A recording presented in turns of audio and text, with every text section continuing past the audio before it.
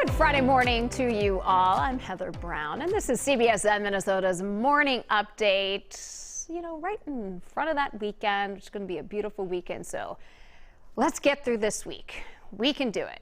Grab that coffee, and we're going to tell you about some great weather ahead. Going to be a little windier today, says Riley. It's tomorrow and Sunday that are going to be the beautiful days, sunny and 70, but today, 58, breezy, still going to feel good. All right, let's talk about this, though. With all of this nice weather coming up this weekend, it's going to give the families a lot more options to spend time with each other outside. That's how we do it this year. This time, you may have remembered last year it was snowing on Easter, but now you can have that big Easter dinner outside, perhaps on your deck or patio. This year, the Easter bunny won't be freezing like it was last year. Easter egg hunts perhaps still going on outside as well, not stuck underneath the snow. So I'd love to hear it. I'd love to know what your Easter plans are. How are you celebrating? And if you're not celebrating Easter, how are you celebrating this beautiful weather weekend? We're going to get up into the 70s. I know some of you are going to be telling us it's just too darn hot. So leave a comment here on Facebook, and we'll read through some of them in just a few moments. We are heading into day 5 of the Derek Chauvin trial, and we are expecting to hear from more members of law enforcement in the courtroom today. Day 4 saw former Officer Chauvin's then direct supervisor take the stand. He testified that Chauvin did not need to pin George Floyd down for more than 9 minutes. We also heard from 2 paramedics, a Minneapolis Fire Department captain, and Courtney Ross, who was George Floyd's girlfriend. Now, for the first time, we saw a video of Derek Chauvin when he was inside HCMC, and that's where he met up with that supervisor, who is now retired Sergeant David Pfluger. A dispatcher was watching all of this unrest unfold through surveillance. We heard her earlier in the week. She called Pfluger as she was watching this because she thought it seemed off. Pfluger then called Chauvin's cell. Here's what he had to say. Going crazy, wouldn't go in the back of the squad. After struggling him.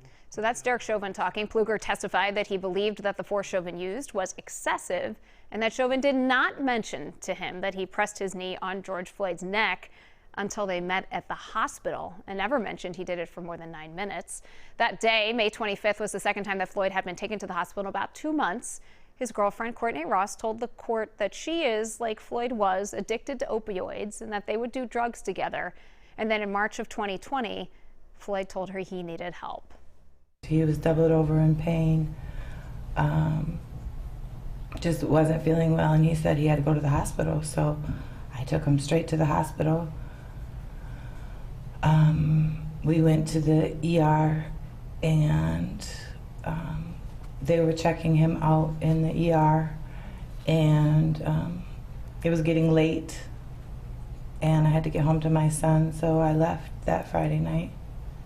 You later learned that that was due to an overdose? Yes. Now, Derek Chauvin is charged with 2 counts of murder, 1 of manslaughter. He has pleaded not guilty to all of them. You can watch more testimony live right here today on CBSN Minnesota. Jason DeRusha is leading our gavel-to-gavel coverage. Grab your phone, scan that QR code on your screen right there. That's how you can download our free app. You can also stream CBSN Minnesota on WCCO.com. There's a new survey that found overwhelming support to reopen the intersection where George Floyd died. It's 38th in Chicago and South Minneapolis. It's been closed off since last May. In a city survey, business owners in that area said that barricades and crime were keeping customers away. So Minneapolis Mayor Jacob Frey says that the city will offer $50,000 forgivable loans to up to 25 businesses that are right near that intersection. A permanent memorial for George Floyd is still in the works. As restrictions relax for COVID-19, those cases, though, are climbing, and state health leaders say that one variant is taking over. Up to 60% of Minnesota's infections are now that B.1.1.7 variant, the one that was first discovered in the UK, and that has some leading medical experts concerned because hospitalizations are going up in Minnesota, too. March 1st, 251 people in the hospital, 60 in the ICU. By the time we get to April 1st, 435 people in the hospital, 105 in the ICU. Other statistics are showing that our case rate is going up, similar to what we saw back in October, right before that fall surge. There's Dr. Michael Osterholm. He feels that people just can't let their guards down yet. We've got a bad virus. We got a lot of people still yet who can be infected despite vaccines arriving, and we are now opening up as if somehow we're done with the virus. It's like we're dismissing gravity. Yep, his predictions are grim. He's been saying this for a while, but he also is saying that vaccine distribution is making very good progress, and he expects it to increase even more in the weeks ahead. Leading to that, one vaccine manufacturer tells us they're learning more about how long protection from their shot lasts. Pfizer says that its vaccine protects patients from COVID-19 for at least 6 months, which is twice as long as what they had estimated earlier. The drug maker is studying its 2-dose vaccine in nearly 50,000 volunteers. Experts say the protection likely lasts even longer than that 6 months, but they just don't have the data yet to support it. Health leaders say that 15 million doses of unusable doses of that J&J vaccine should not impact our supply here in Minnesota. So Johnson & Johnson blames a mix-up at a manufacturing plant. The health department says that it's still expecting 80,000 doses of that vaccine next week.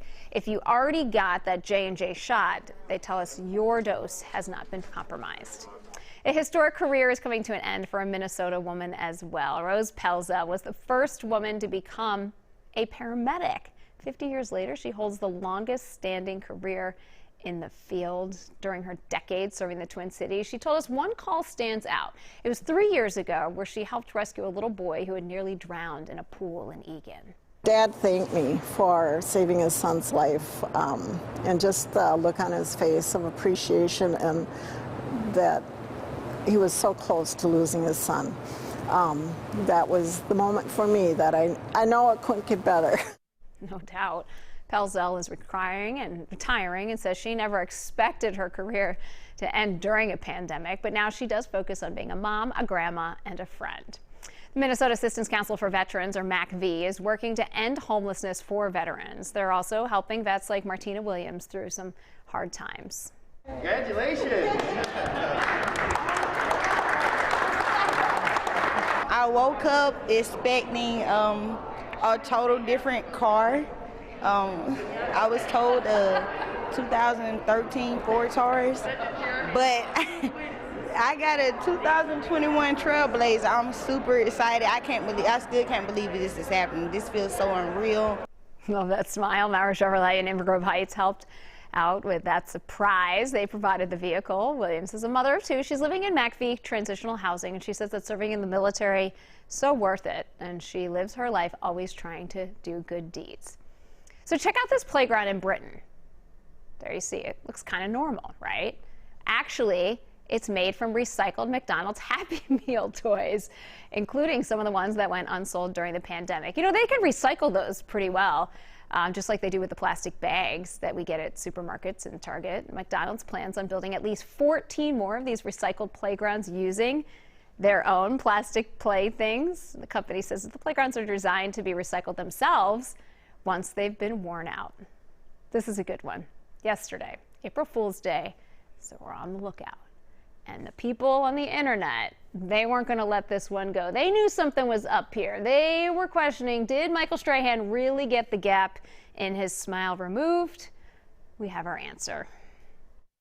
I just wanted to say, April Fools. Come on, man. You knew it. You know he would never do that. That is Michael Strahan, trademark there. I mean, the guy, for sure, he would look great with or without it, but he is so funny. And a prankster, apparently. Happy April Fool's Day to Michael Strahan. Okay, let's get back to today's talker, because I would love to see what you are doing for this beautiful weekend that we have coming up ahead. And what are you telling us? Oh, Amanda says we're going to celebrate at home, having a small ham dinner. Oh, same. Hiding eggs in baskets for our daughter. Looking forward to the warm weather and the time outside. The Easter Bunny is headed to Amanda's house. Annette says, oh, relaxing this year and having Chinese food. Ooh, yum. That's a great idea. Not cooking this year. Way to go, Annette. I support that every single time. Michelle says, oh, yes, going to D.C. to see the cherry blossoms. How exciting. If you've never been there, Michelle, you're going to love it. Diana says we're getting together with family. That's great. An egg hunt is also going to happen. Same here. Danielle, my kids start baseball tomorrow. Yes, so I'm excited to do something sort of normal, aren't we all? Carmen says, going to church to celebrate, then sing at our first ever Easter choir. Then we go out to eat. After that, I'm hiding some gifts for some special boys. What a great way to celebrate Easter. Great ways for all of you to celebrate this beautiful weekend coming up. It's been a long week, so enjoy this weekend. This is your morning update from CBS Minnesota, your only local streaming news source. You can find us on any of your devices, your TVs, your tablets. Download the CBS News app or go to WCCO.com. Thanks so much for watching us. We'll see you back here on Monday.